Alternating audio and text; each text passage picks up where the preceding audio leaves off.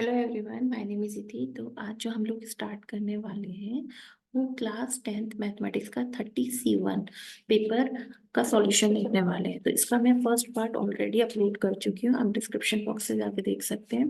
तो चलिए हम थोड़ा सा आगे का पार्ट करते हैं। सेकेंड पार्ट हम देखते हैं। तो वहाँ पे हमने क्वेश्चन नंबर 20 तक कंप्लीट किए थे। अब हम देखते हैं 21A से। तो फर्स्ट हमें क्या प्रूव करना है, रूट 2 एक इरेशनल नंबर है। तो देखिए कैसे करेंगे।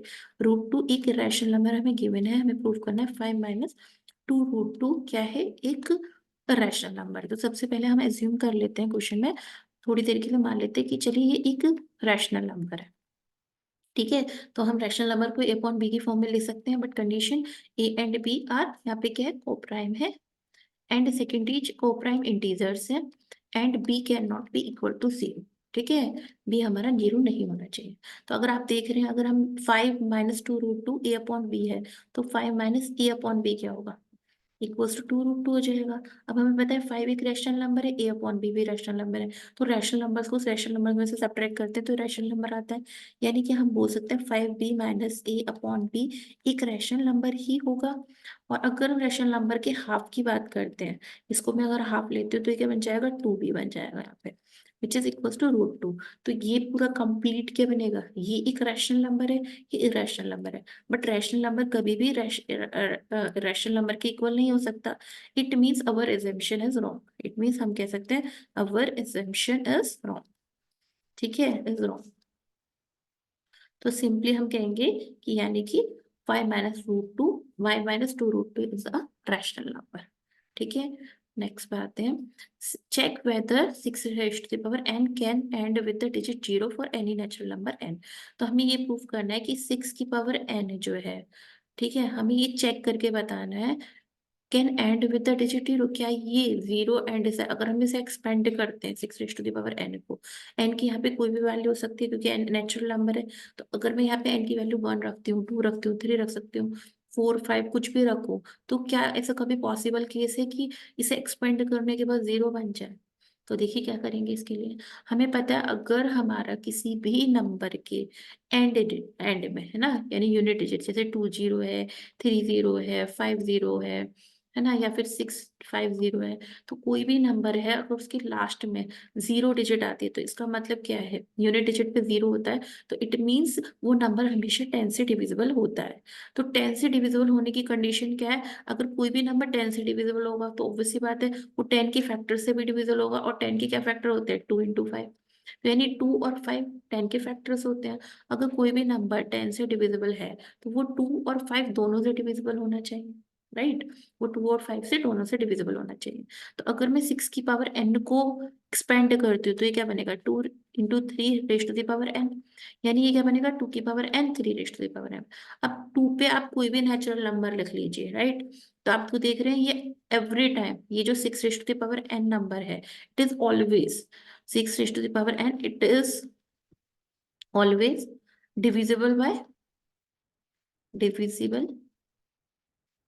Bye 2, right. ये हमेशा 2 से डिविजिबल होगा। बट 5 से डिविजिबल होने के लिए इसकी यूनिट डिजिट में 0 होना चाहिए, या तो वो 5 का मल्टीपल हो, है ना। 5 की यूनिट डिजिट में क्या होना चाहिए, 5 से डिविजिबल होने के लिए उसके 5 आना चाहिए फैक्टर में। बट क्या इसका कभी भी प्राइम फैक्टराइजेशन आपने देखा, 2 और 3 ही आएगा, तो 5 तो कभी बन ही नहीं रहा है। तो but it is not divisible by, it is not divisible by, not divisible by 10 by 5। ठीक है, तो वो कभी भी 5 से डिविजिबल नहीं होगा। तो इट मीन हम कह सकते हैं ये कभी भी हमारा एंड नहीं होगा, किससे, यूनिट डिजिट 0 नहीं होगी इसके एक्सपेंशन में, क्योंकि इसके एक्सपेंशन में यूनिट डिजिट तभी हमारी एक यूनिट डिजिट इसके एक्सपेंशन में तभी आ पाती अगर ये 2 और 5 दोनों से डिविजिबल हो रहा होता। नेक्स्ट क्वेश्चन पे आते हैं। नेक्स्ट क्वेश्चन देखिए 22 क्वेश्चन। तो इसमें क्या है, एक क्वेश्चन में हमें फिगर दे रखी है। इस क्वेश्चन में मेंशन है कि सीबी को प्रोड्यूस करा जा रहा है पॉइंट ई तक, ठीक है। और एक आइसोसेलेस ट्रायंगल है जिसमें ए बी इक्वल्स टू ए सी है, यानी ए बी साइड ए सी के इक्वल है। अगर ए बी ए सी के इक्वल है तो ऑब्वियस सी बात है अपोजिट एंगल्स भी इक्वल होंगे, है ना। हमें पता है if two sides of a triangles are equal then opposite angles are also equal. और क्वेश्चन में मेंशन है ए टी परपेंडिकुलर है बीसी की, ई एफ परपेंडिकुलर है एसी की, यानी यहाँ पे भी 90 डिग्री का एंगल है, 90 डिग्री का। हमें क्या प्रूफ करना है, ट्रायंगल ए बी डी, यानी ये वाला जो ट्रायंगल है वो मैं हाईलाइट कर देती हूँ। हमें ये प्रूफ करना है ट्रायंगल ए बी डी, ठीक है। ये जो ट्रायंगल एबीडी है वो किसके कॉन्ग्रेंट है, ईसीएफ के, ईसीएफ के कॉन्ग्रेंट है। ये हमारा ईसीएफ के कॉन्ग्रेंट है, ये हमें प्रूफ करना है। तो देखिए क्वेश्चन हमारा बिल्कुल सिंपल सा क्वेश्चन है, हम इसे बिल्कुल आराम से कर सकते हैं बाय ए क्राइटेरिया, क्योंकि यहाँ पे कॉन्ग्रेंसी की बात नहीं करी गई है। यहाँ पे किसकी बात करी गई है हमसे क्वेश्चन में, हमसे कॉन्ग्रेंसी की बात नहीं करी गई है, हमसे बात करी गई है ओनली सिमिलरिटी की। तो देखिए हम क्या करेंगे, हम इन ट्रायंगल, सबसे पहले एबीडी देख लीजिए, ABD and triangle ECF, triangle ECF, इन दोनों ट्रायंगल्स को ले लेते हैं। तो आप देखिए कि EF is perpendicular to AC which is given in the question. तो if EF is perpendicular to EF is perpendicular to AC and AD is perpendicular to BC, तो हम क्या कह सकते हैं, एंगल EFC, एंगल EFC किसके equivalent होगा, angle ADB के, ADB के, जो कि दोनों ही कितना है 90 डिग्री है, ईच 90 डिग्री है ना, ईच 90 डिग्री है। बिकॉज ऐसा क्यों है, क्योंकि AD is perpendicular to BC है, and second EF is perpendicular to AC है। ठीक है, फर्स्ट पॉइंट हो गया। सेकंड आप देखते हैं A B equals to A C, question में मेंशन है, तो हम क्या बोल सकते हैं, इनके अपोजिट एंगल्स भी इक्वल होंगे, यानी angle A C B, angle A C D इसकी इक्विवेलेंट है angle A C D equals to angle A B D, angle A B D, ठीक है, दोनों ही इक्वल है। ऐसा क्यों है, because A B equals to A C, हमें क्वेश्चन में मेंशन है, हमें पता है अगर दो एंगल्स, दो साइड्स इक्वल है तो उनके अपोजिट एंगल्स भी इक्वल होंगे, है ना, opposite angles of equal sides are equal, so it means by A, by A similarity criteria से हम क्या बोल सकते हैं, triangle A B D is congruent to triangle, similar to, sorry not congruent, E C F, यही हमें prove करना है। ठीक है, नेक्स्ट क्वेश्चन पे हम लोग चलते हैं, ये हमारा प्रूव हो चुका है। नेक्स्ट देखिए 23 क्वेश्चन, 23 क्वेश्चन क्या है, शो दैट द पॉइंट -3 -3 3 3 और -3√3 और 3√3 are the vertices of equilateral triangle. तो देखिए किस तरह से हम इस क्वेश्चन को करने वाले हैं। अगर हमें चाहिए कि vertices of equilateral triangle find करें, तो सबसे पहले देखिए हम क्या बोलेंगे, हमें पॉइंट्स क्या दे रखे हैं, ए पॉइंट दे रखा है -3 -3, पॉइंट बी क्या दे रखा है हमें, 3 3 दे रखा है, एंड सी पॉइंट दे रखा है हमें -3√3 और 3√3, -3√3 दे रखा है और 3√3 दे रखा है। तो हम सबसे पहले क्या करेंगे, ए बी बी सी और ए सी की वैल्यू निकालेंगे by using the distance formula. और आप लोगों को पता है डिस्टेंस फॉर्मूला क्या होता है, डिस्टेंस फॉर्मूला होता है, दो पॉइंट दे रखे हैं अगर x1 y में, √x-(x2 - x1) का whole square plus y2 - y1 का होल स्क्वायर। इवन हम इसे y1 - y2 और x2 - x1 भी ले सकते हैं। तो this is the distance formula, ये हमारा डिस्टेंस फॉर्मूला होता है। इसकी हेल्प से हम क्या करेंगे, फाइंड कर लेंगे। तो ये हमारा क्या है, डिस्टेंस फॉर्मूला है।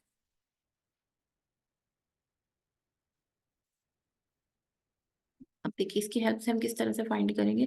तो फर्स्ट हम ए बी की वैल्यू निकालेंगे। देखिए ए बी की वैल्यू क्या आएगी हमारी, ए B equals to √x2 - x1, यानी 3 + 3 कितना हो जाएगा, 6 का स्क्वायर, प्लस 3 + 3 6 का स्क्वायर। तो यहाँ पे 6 को हम बाहर ले लेंगे तो 6√2 आ जाएगा। तो ये हमारा ए बी की वैल्यू हो गई। बी सी देखिए, बी सी क्या होगा, बी सी क्या है, 3 - 3√3, इट मीन्स x2 - x1, यानी माइनस, दोनों माइनस माइनस के हो जाएंगे तो हम इसे डायरेक्ट लिख सकते हैं 3√3 - 3 का स्क्वायर प्लस 3√3 - 3 का स्क्वायर। ठीक है, ये आ गया। तो हमारे इसको अगर एक्सपेंड करते हैं तो किसका फॉर्मूला बनेगा, एक्चुअली में ये -b - a क्या होता है, ए b - a को हम ये लिख सकते हैं ना, 3√3 माइनस कॉमन लेके प्लस 3 का स्क्वायर, और ये हो गया हमारा 3√3 - 3 का स्क्वायर। तो वैल्यू कितनी आएगी हमारी BC की, एक्सपेंड करने पे ये बनेगा 9 3 से 18 प्लस 9 प्लस 18√3, और यहाँ पे बनेगा 18, sorry it's not 18, it is 27, it is 27, ये हमारा 27 27 प्लस 9 प्लस 18√3, यहाँ पे भी हमारा बनेगा 27 प्लस 9 माइनस 18√3, 18√3। जब हम इसे कैलकुलेट करेंगे, कैंसिल कर देंगे, तो ये आ जाएगा हमारा 6√2। बीसी हो गया, फिर देन सी ए निकालते हैं। A B B C and then C A. C A निकालते हैं, हमारी वैल्यू क्या आएगी सी ए की? 3√3। यहाँ पे आ जाएगा -3√3,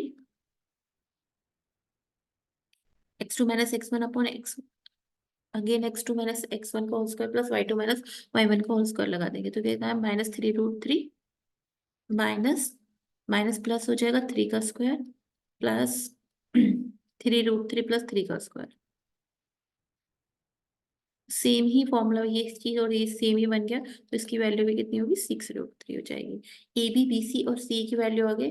अब हमें निकालना क्या है, तो क्या तीनों इक्वल आ रही है? Yes, we can say A B equals to B C is equals to C A, तो it means it is a equilateral triangle. तो इक्विलेटरल ट्रायंगल हमारा आ गया ट्रायंगल।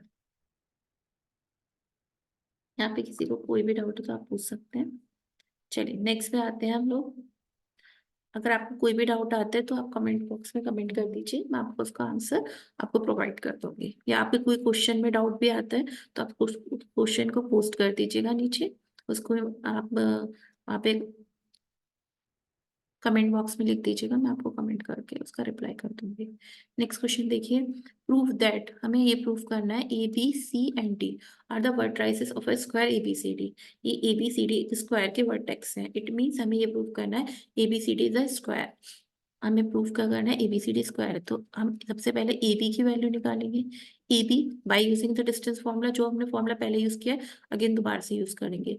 x2 माइनस x1 का स्क्वायर यानी 2 का square plus y2 minus y1 का square यानी 4 माइनस 3 इज 1 का स्क्वायर। तो हमारा कितना आ जाएगा, 2 2 ज़ा 4 प्लस 1 5 आ जाएगा √5। ए बी की वैल्यू हो गई बी सी, देखिए अगेन 5 माइनस 6 इज माइनस 1 का स्क्वायर, तो 1 का स्क्वायर हो जाएगा and 5 minus it is 6 minus 4 which is 2 square, तो ये अगेन √5 आ जाएगा। BC हो गया, फिर हम CD निकालेंगे। CD कितना आएगा हमारा, 3 माइनस 5 2 का स्क्वायर, 3 माइनस 5 यानी माइनस 2 का स्क्वायर प्लस यहाँ पे आएगा हमारा 5 माइनस 6 माइनस 1 का स्क्वायर, तो ये अगेन सॉल्व करने पे √5 आ जाएगा। A B B C C D and then A D की वैल्यू देख लेते हैं। ए डी हमारा कितना आएगा इन दोनों का, तो 3 माइनस 4 हमारा माइनस 1 का स्क्वायर आ जाएगा प्लस 5 माइनस 3 2 का स्क्वायर आएगा, तो ये अगेन √5 आ जाएगा। तो हम यहाँ से देख सकते हैं A B equals to B C equals to C D equals to A D है, बट अभी भी हम नहीं बोल सकते ये स्क्वायर है बिकॉज ये रोम्बस भी तो हो सकता है। तो उसके लिए हमें क्या करना पड़ेगा, डायगोनल्स को भी इक्वल प्रूफ दिखाना पड़ेगा। तो ए बी सी डी यानी ए सी है ना, ये ए बी सी डी दे रखा है, A B C and D, तो it means A C and B D are the diagonal. तो सबसे पहले हम ए सी की वैल्यू निकालेंगे, तो ए सी कितना आ जाएगा हमारा, अगर हम एसी को सॉल्व करते हैं 5 माइनस 4 का स्क्वायर यानी 1 का स्क्वायर प्लस 6 माइनस 3 का स्क्वायर यानी कि 3 का स्क्वायर, तो ये कितना आ गया 10 √10। एसी की वैल्यू √2 है, बीडी की निकालते हैं, तो बीडी कितना आएगा, एसी हमारा √10 आ चुका है, बीडी और चेक कर लेते हैं बीडी, तो 3 माइनस 6 यानी माइनस के 3 का स्क्वायर प्लस 5 माइनस 4 1 का स्क्वायर, तो ये अगेन √10 है, यानी A C equals to B D भी आ गया। तो हम देख सकते हैं diagonals are equal, diagonals are equal, ठीक है, यहाँ से हमारे डायगनल्स इक्वल है, कितना है ए C equals to B D है, और हमारी साइड्स भी इक्वल है, यानी हमें क्या दे रखा है A B equals to B C equals to C D equals to A D दे रखा है, तो ये हमारा ये भी चारों साइड्स इक्वल है, it means it is a square, तो ये हमारा क्या होगा, स्क्वायर होगा। नेक्स्ट देखते हैं, a circle is touching the side BC of triangle ABC at a point P and touching AB and AC produce at the point Q and R respectively। हमें ये प्रूफ करना है कि जो AQ है वो half of perimeter of triangle ABC है। तो ठीक है, हम इसमें क्वेश्चन में क्या करते हैं, हम A के जस्ट सामने वाली साइड को A मान लेते हैं, यानी ये पूरी साइड हमारी A है। B के जस्ट सामने वाली को B मान लिया, तो ये भी हमारी B है and this one is C, हमारा C है। तो अगर हमें पता है कि ये हमारी A है, देखिए पीसी, अगर मैं आरसी को थोड़ी देर के लिए एक्स मानती हूँ तो ये भी एक्स होगा, तो ये हमारी कितना आ जाएगा, a माइनस एक्स आ जाएगा। और ये अगर हमारी बीपी a माइनस एक्स है तो BQ भी a माइनस एक्स होगी। ऐसा क्यों? बिकॉज हमें पता है अगर एक्सटर्नल पॉइंट से दो टेंजेंट ड्रॉ करी जाती है सर्कल्स पे तो इक्वल होती है, राइट। तो हम सबसे पहले क्या बोलेंगे, let A B B is equals to C, B C is equals to A, and A C equal to B. ठीक है, उसके बाद वी नो दैट हम क्या जानते हैं, एक्सटर्नल पॉइंट से अगर हम कोई भी टेंजेंट ड्रॉ करते हैं सर्कल पे तो इक्वल होते हैं। हमें पता है कितना, बीपी इक्वल्स टू पीक्यू होगा, BP is equals to PQ, and similarly क्या होगा हमारा, पीसी इक्वल्स टू सीआर। ठीक है, तो लेट इसको हमने x मान लेते हैं, let PC is equals to x। अगर हमने इसको x मान लिया तो बीपी और पीक्यू की वैल्यू कितनी आ जाएगी, तो BP equals to BQ is equals to a minus x हो जाएगा, इज a माइनस एक्स। ठीक है, ये पूरा हमारा a माइनस एक्स आ जाएगा। अब हम बात करते हैं ए क्यू की। ए क्यू को हम क्या ले सकते हैं, A Q equals to A B plus Q B, A B plus Q B. तो ए बी को हमने क्या माना था, हमने ए बी को माना था सी, तो ए बी के प्लेस पे तो हम सी लिख देंगे एंड क्यू बी के प्लेस पे हम ए माइनस एक्स लिख देंगे। तो ये हमारे ए क्यू की वैल्यू आ गई, which is A Q is equals to C plus A minus x. और अगर ए आर की बात करते हैं तो ए आर कितना होगा हमारा, ए आर अगेन हमारा ए सी प्लस सी आर होगा, तो यानी कि कितना हो गया, बी प्लस एक्स हो गया।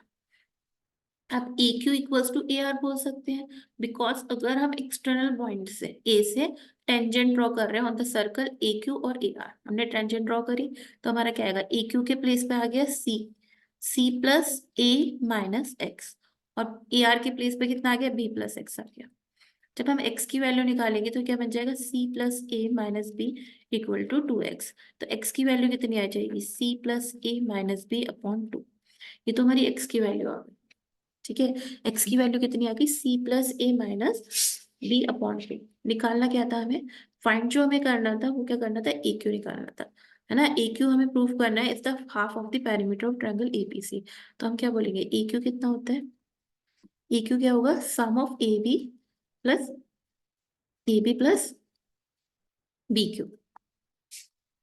ए बी की जगह हम रख सकते हैं सी, एंड ए क्यू की जगह हम क्या रख सकते हैं, ए माइनस एक्स, राइट, ए माइनस एक्स, बी क्यू की जगह ए माइनस एक्स रख सकते हैं, ए माइनस एक्स रख देते हैं। तो सी प्लस ए, और एक्स की वैल्यू हमने क्या निकाली थी, फ्रॉम फर्स्ट हम एक्स की वैल्यू रख सकते हैं C plus A minus B upon 2। तो it is C plus A minus B upon 2। जब हम इसे सॉल्व करेंगे तो क्या आएगा, 2c plus 2a minus C minus A, and it is 2c plus, it is c plus a minus b, yes a minus b, 2a plus 2b by 2। तो A Q की value कितनी आ जाएगी, a plus b plus c by 2, a plus b plus c by 2, which is the parameter. Okay, ये क्या होगा, parameter of triangle ABC. तो A Q is the half of parameter of triangle A B C. ये हमारा prove हो जाएगा।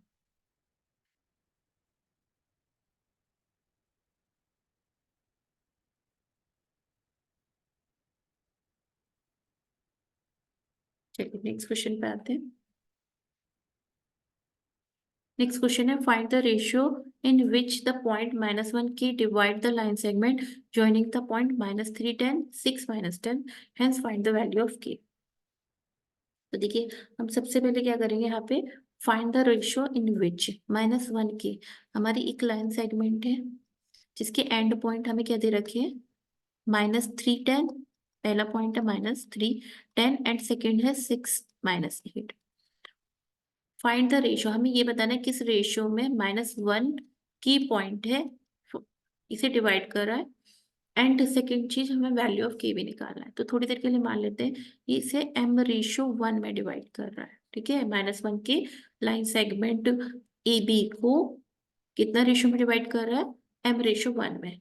सो हमें value find की करना है, तो हम कैसे करेंगे, देखिए सबसे पहले हम देखते हैं फर्स्ट हमारा फॉर्मूला क्या होगा, देखिए इंटरनल डिवीजन का फॉर्मूला क्या होता है, m इंटू सिक्स, यानी 6 into m+1 into -3 upon m+1, किसकी इक्विवेलेंट आ जाएगा, -1 की।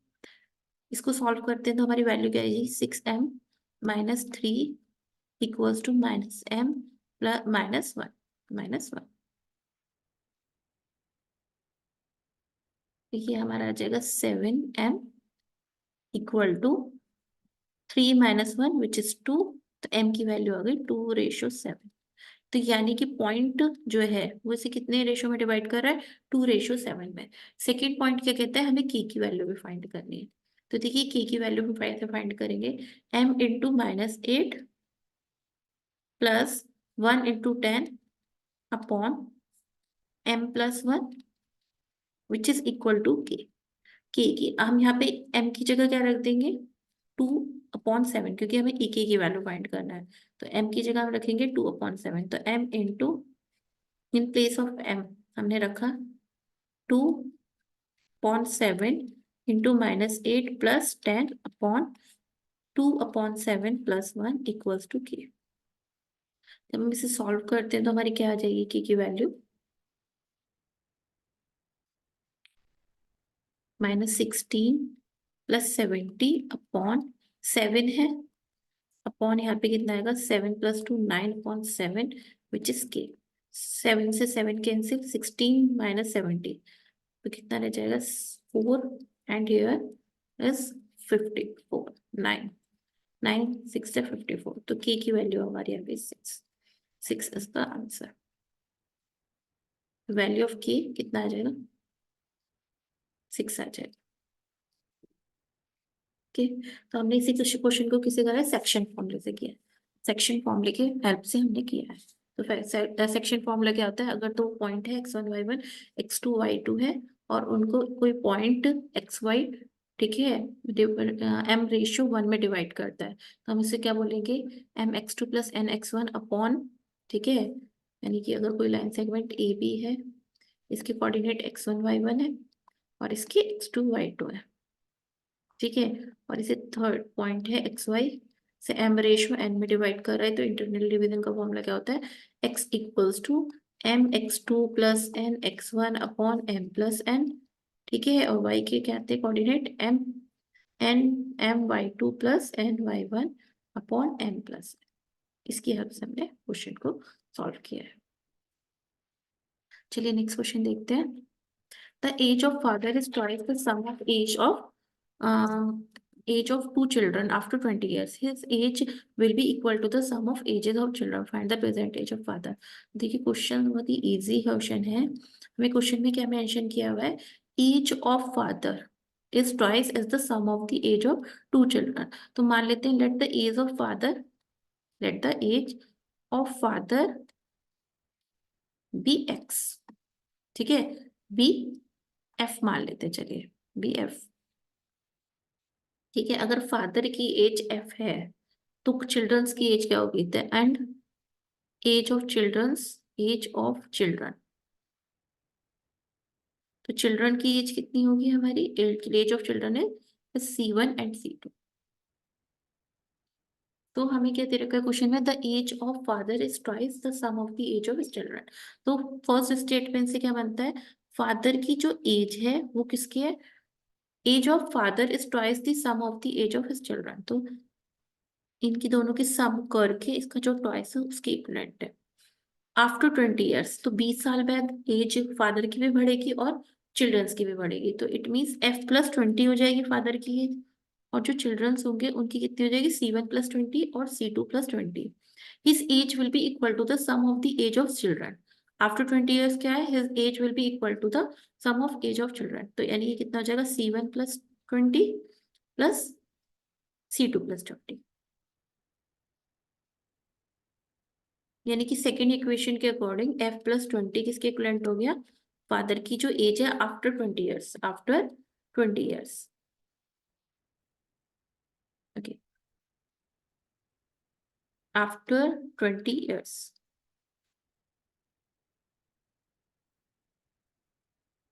फादर की एज बढ़ के F+20 हो जाएगी, और चिल्ड्रंस की C1+20 और C2+20।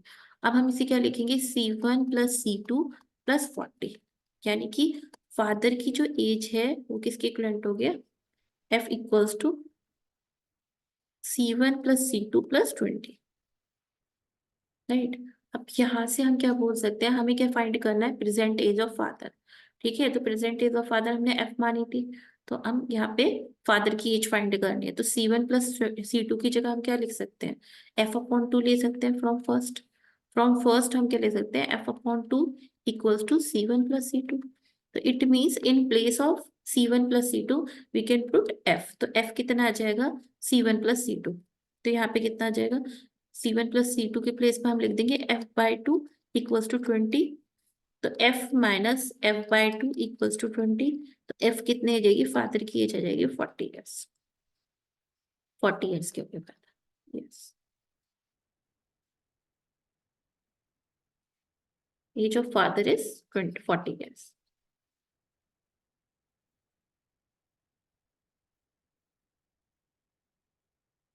चलिए नेक्स्ट क्वेश्चन पे आते हैं हम लोग। नेक्स्ट क्वेश्चन हमें क्या दे रखा है, देखिए, two water taps fill together, taps can fill a tank in 3 and 1/3 hours. The tap larger diameter take 5 hours less than the smaller one to fill the tank separately. Find the time in which each tap can fill the tank. तो मान लेते हैं हमारा जिसका diameter ज्यादा है ना, जिसका ज्यादा डायमीटर है, लार्जर डायमीटर, तो tap of larger diameter takes x hours. Let time taken by the larger diameter of tap. Let time taken by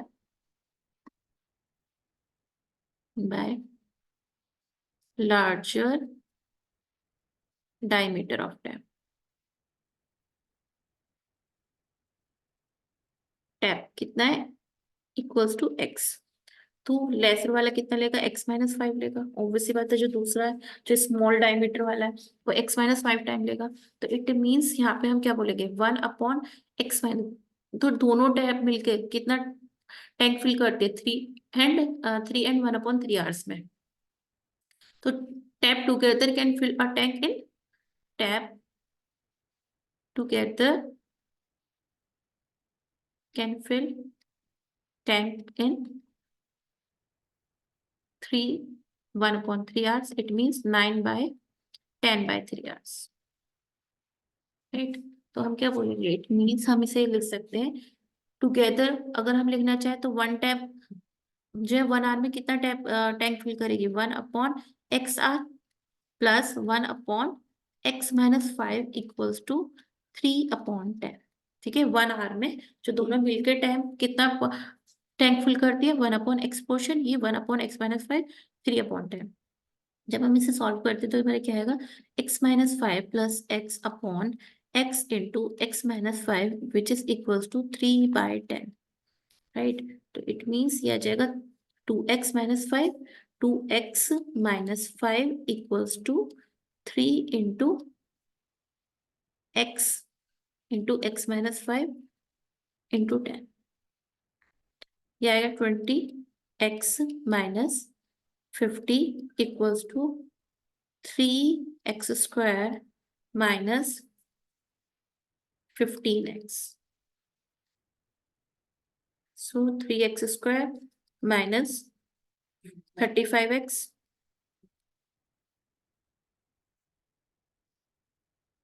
plus 50 equal to 0।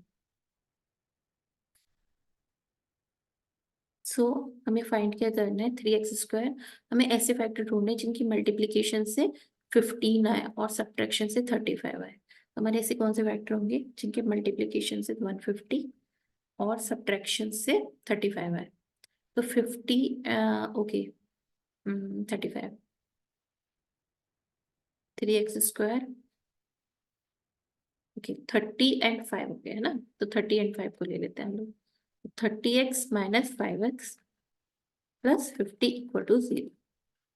यहाँ पे वैल्यू कितनी आएगी, 3x को कॉमन ले लीजिए, x-5 आ जाएगा, x-10 और यहाँ से भी आप -5 को कॉमन लीजिए, इट इज आल्सो x-10। तो यहाँ पे वैल्यू कितनी है, 3x-5 और x-10 इक्वल टू 0। तो यानी कि कितना टाइम ले रही है x, एक तो 5/3 एंड x इक्वल्स टू 10/10। तो हमारे यानी कि जो लार्जर डायमीटर वाली टैब है वो कितनी 10 आवर्स लेगी, तो स्मॉल डायमीटर वाला कितना लेगी, find the time in which each tap can fill the tank. तो 10 एंड 10 - 5 5 आवर्स। तो जो लार्जर जो time taken by the larger diameter of tab is x। Okay, larger diameter की अगर हमारी 10, ओके ये कितना ले रही है, 10 आवर्स ले रही है। तो जो the time taken by the larger diameter of tab is x है, it is 1/x and 1/x-5।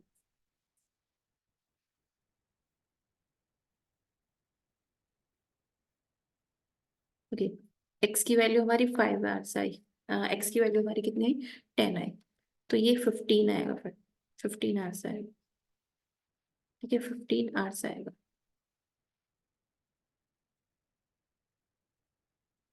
Okay, यहाँ पे स्मॉल डायमीटर आना चाहिए ना, क्योंकि ज्यादा टाइम जो है हमेशा स्मॉलर डायमीटर। ओके, ये स्मॉलर डायमीटर ऑफ टैब होगा जो एक्स टाइम लेगा। अगर ये 10 आवर ले रहा है तो ये कितना लेगा, उससे कम लेगा, है ना, उससे कम लेगा। जिसका डायमीटर ज्यादा है वो कम टाइम लेगा, ऑब्वियस सी बात है। तो अगर ये 10 ले रहा है तो ये 5 लेगा। ठीक है, तो हम इस क्वेश्चन में ये बस हम ये लिखेंगे कि स्मॉलर जो डायमीटर वाला टैब है अगर वो एक्स टाइम ले रहा है तो ये क्या लेगा, उससे और कम टाइम लेगा। यानी कि लार्जर डायमीटर वाला x-5 लेगा। तो ये अगर 10 आवर्स में इसे फिल करेगा तो ये कितने में फिल कर देगा, 5 आवर्स में। ठीक है, अगर हमारा लार्जर डायमीटर वाला टैब उसको 5 आवर्स में फिल करेगा तभी वो 10 आवर में फिल करेगा ना, ऑब्वियस सी बात है। जिसका डायमीटर ज्यादा है वो कम टाइम लेगा। चलिए, state and prove the basic proportionality theorem. तो what is the basic proportionality theorem. तो बेसिक प्रोपोर्शनैलिटी थ्योरम हमारी क्या होती है, if a line joining the, okay, if a line is parallel to one side of a triangle and it intersect the other two side at two distinct point, right, two distinct point पे अगर वो intersect करता है तो it means क्या होगा, हमारा जो अदर टू साइड्स हैं वो divides in the same ratio. तो लाइन सेगमेंट डिवाइड क्या करेगी, उन्हें सेम रेशियो में डिवाइड करेगी। इट मीन्स हम क्या कहना चाह रहे हैं, देखिए अगर एक ट्रायंगल ए बी है, ए बी सी है, ठीक है, ट्रायंगल ए बी सी है, तो if a line L is parallel to side B C, L किसके पैरेलल है, बी सी के। If a line L is parallel to B C है and it intersect the other two side at two distinct point, it means जो line L है वो A B और A C को two distinct point D and E पे intersect कर रही है। ठीक है, सो लाइन एल क्या करेगी, डिवाइड करेगी साइड्स को in same ratio. It means A D upon D B is equals to A E upon E C. यही हमें प्रूव करना है, यही हमें प्रूव करना है। तो देखिए किस तरह से प्रूव करेंगे। हम दो ट्रायंगल लेके चलते हैं, एक ट्रायंगल ए डी ई और दूसरा ट्रायंगल हम लेके चलेंगे E B, E D B. OK, first इसको ज्वाइन कर दीजिए, फिर यहाँ से इसको ज्वाइन कर दो। तो हमारा एक ट्रायंगल बन गया, हमारा एक ट्रायंगल बन जाता है हमारा ये।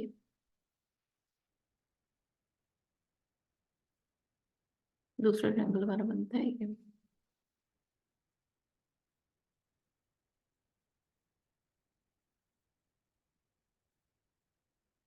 ये हमारे दो ट्रायंगल बन गए, एक ग्रीन से एक येलो से। यहाँ पे बेस डी दोनों में सेम है और ये दो पैरेलल लाइन के बीच में है। अब हम क्या करेंगे, डी से परपेंडिकुलर ड्रॉ करते हैं ए पे। Draw a perpendicular from point D to A and same हम ई सी हम ड्रॉ करते हैं परपेंडिकुलर ई से टू ए डी पे। ठीक है, ये परपेंडिकुलर हमने ड्रॉ करा है, ये एल्टीट्यूड है इसका। सो अगर हम ट्रायंगल एडीई की बात करें, इन ट्रायंगल एडीई हमें रेशियो किसका चाहिए, एडी और डीबी, एडी भी चाहिए साइड बी भी चाहिए। हम बात करते हैं इन ट्रायंगल एडीई। तो एरिया ऑफ ट्रायंगल एडी कितना होगा, एडीई का upon area of triangle BDE कितना होगा, area of triangle B D. तो area of triangle A D E कितना होगा, 1/2 बेस इंटू हाइट हो जाएगा। इसको ए बी सी डी ई, इसको एफ और इसको जी मान लेते हैं। तो 1/2 base A D into height कितना हो जाएगा, 1/2 बेस इंटू हाइट, हाइट क्या होगा, ई एफ होगा। और यहाँ पे हमारा क्या होगा, 1/2 base B D and height कितना होगा, हाइट हमारा कितना होगा, जस्ट बी डी के अपोजिट वर्टेक्स क्या है, ई, ई से जो परपेंडिकुलर ड्रॉ करा है वो कितना है, ई एफ है, ई एफ है ना। तो 1/2 base B D and height E F ही होगा। ई एफ से ई एफ कैंसिल, हाफ से हाफ कैंसिल, यानी area of triangle A D E upon area of triangle B D E equals to कितना हो जाएगा, A D upon B D. Similarly हम बोल सकते हैं, सिमिलरली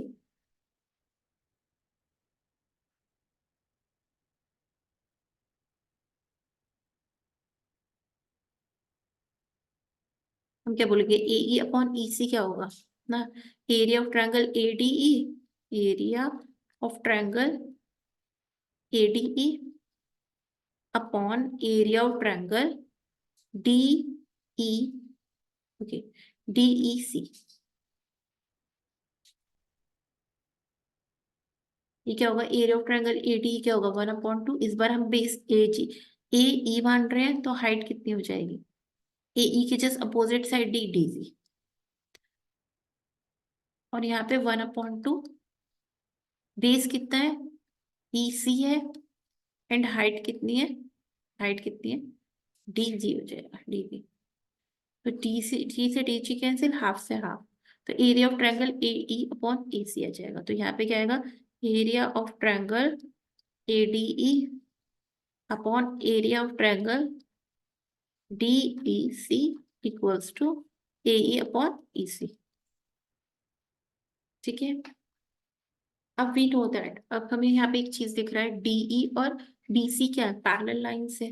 तो triangle B D E and triangle E C E D both are on the same base and between two parallel lines, right. इस same base पे है, same base कौन सा है, डी है, और सेम पैरेलल लाइंस के बीच में है। पैरेलल लाइन कौन सी है, बीसी और डी है। तो इट मींस अगर ये सेम बेस और सेम पैरेलल लाइंस के बीच में है, तो it means area of triangle B D E, triangle B D E किसके इक्विवेलेंट होगा, area of triangle is equals to area of triangle B D E equal to area of triangle BEC, BEC के equal, because of the triangles on the same base and between parallel lines, on the same base and between two parallel lines। ठीक है, तो बेटा ये उसके बाद हम क्या बोलेंगे, अगर दोनों इक्वल हैं, इनका एरिया भी इक्वल होगा। तो ये और ये एरिया इक्वल हो गया, बीडीई और बीईसी का, triangle D E D, BDE भी बोल सकते हैं, और DEC, DEC, DEC, okay, DEC.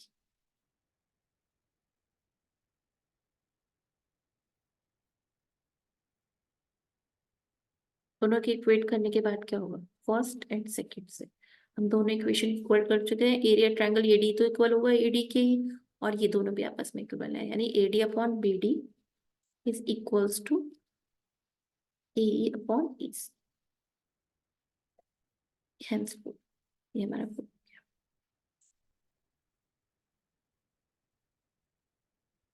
Next question पे चलते हैं हम लोग। OK, find the sum of integer between 50 and 500 which are divisible by 7।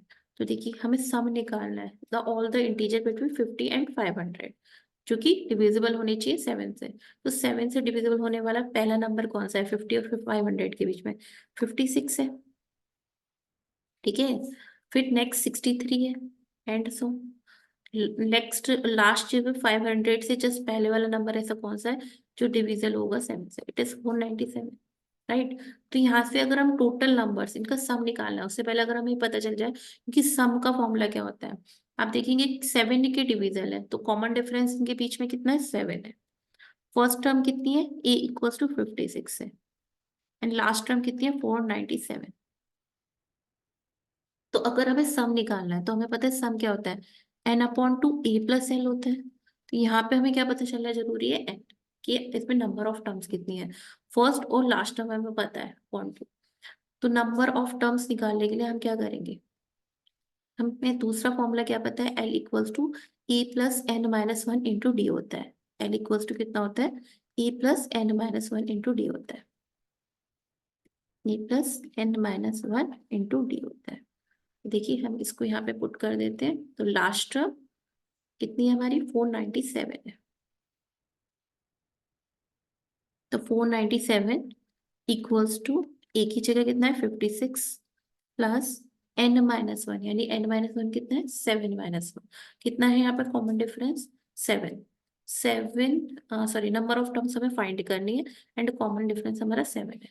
तो 497 में से 56 सब्ट्रैक्ट करेंगे, तो 497 minus 56 upon 7 plus 1 equal to n आ जाएगा। तो देखिए 7 में से 6 गया 1 बचता है, 9 में से 5 गया 4 बचता है, इट इज 441।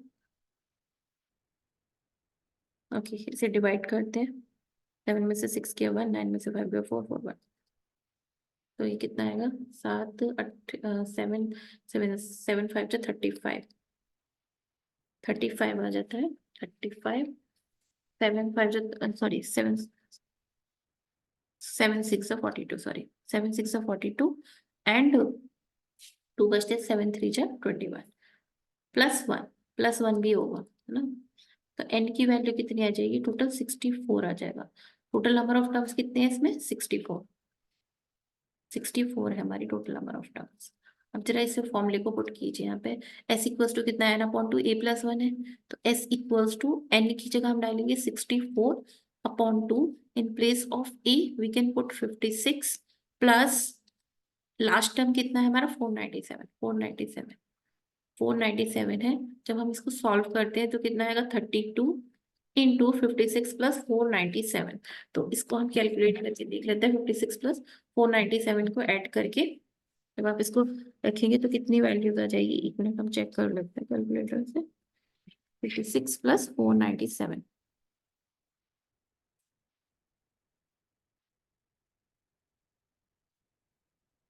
ओके। सो अगर हम 56 प्लस 497 करते हैं तो हमारा फाइनल जो इंटू मल्टीप्लाई बाय 32 और करना है ना, 32 और करना है, okay.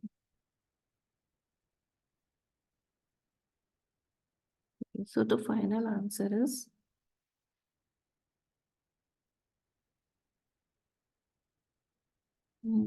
56 plus 490, so into 32.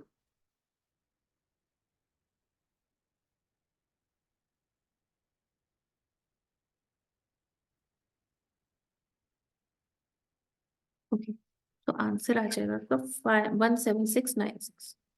One, इसको फाइनल आंसर आएगा हमारा पूरा मल्टीप्लीकेशन होके 17696, 17696।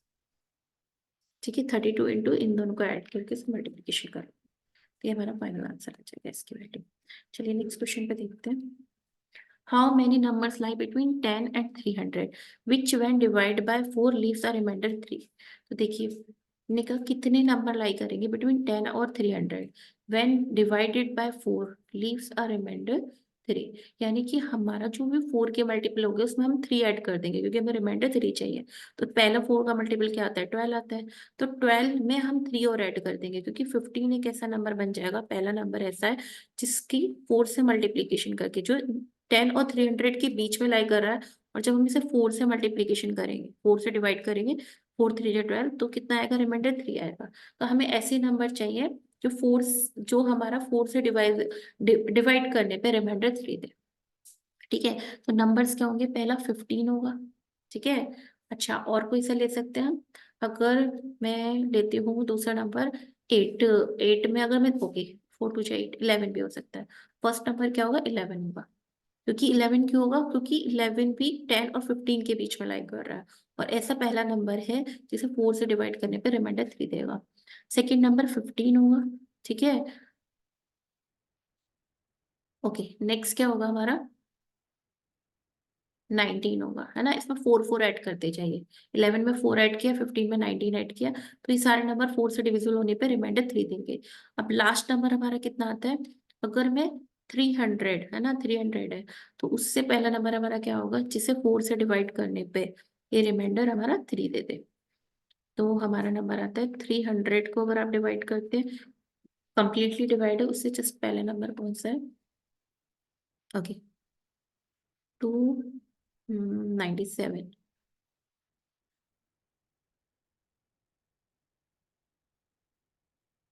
चल सकते, 70 ओके। तो हमारा 297 हमारा नहीं होगा डिवाइड। 297 को 4 से डिवाइड करते हैं तो कितना आता है?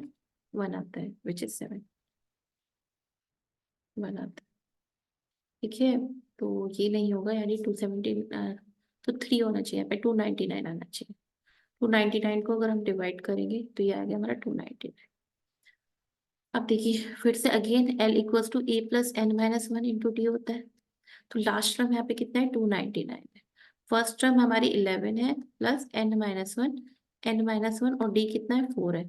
तो 299 कितना आएगा? 288 अपॉन 4 आ जाएगा, विच इज n-1। तो ये हमारे टोटल नंबर ऑफ टर्म्स आएंगी 3। तो s की वैल्यू फिर से अगेन निकाल देते हैं। s कितना होता है? n/2, 3/2 और e प्लस एन। तो फर्स्ट टर्म 11 है, लास्ट टर्म 299 है। तो हमारा 11 इंटू प्लस 99 इंटू 300 कर इंटू 3/2 कर लेते हैं। तो हमारा आंसर 73/2। नंबर ऑफ टर्म्स कितनी आई हमारी? 298, 72। ओके, इट्स 73 नॉट, ओके 73/2 आएगा। तो 73/2 प्लस 2 इंटू 99 कैलकुलेट करते हैं तो कितना आएगा? ओके, इट इज 113, ओके 15, ये हमारा आंसर आ जाएगा। तो सम कितना आएगा? 11315, ठीक है। 11315, ये हमारा आंसर होगा। ओके ओके, तो thank you very much, I hope this is helpful for you. अगर आपको कोई भी डाउट होता है तो आप कमेंट बॉक्स में कमेंट कर दीजिए अपनी क्वेश्चंस को, मैं आपको उसका सोल्यूशन प्रोवाइड कर दूंगी। Thank you very much everyone.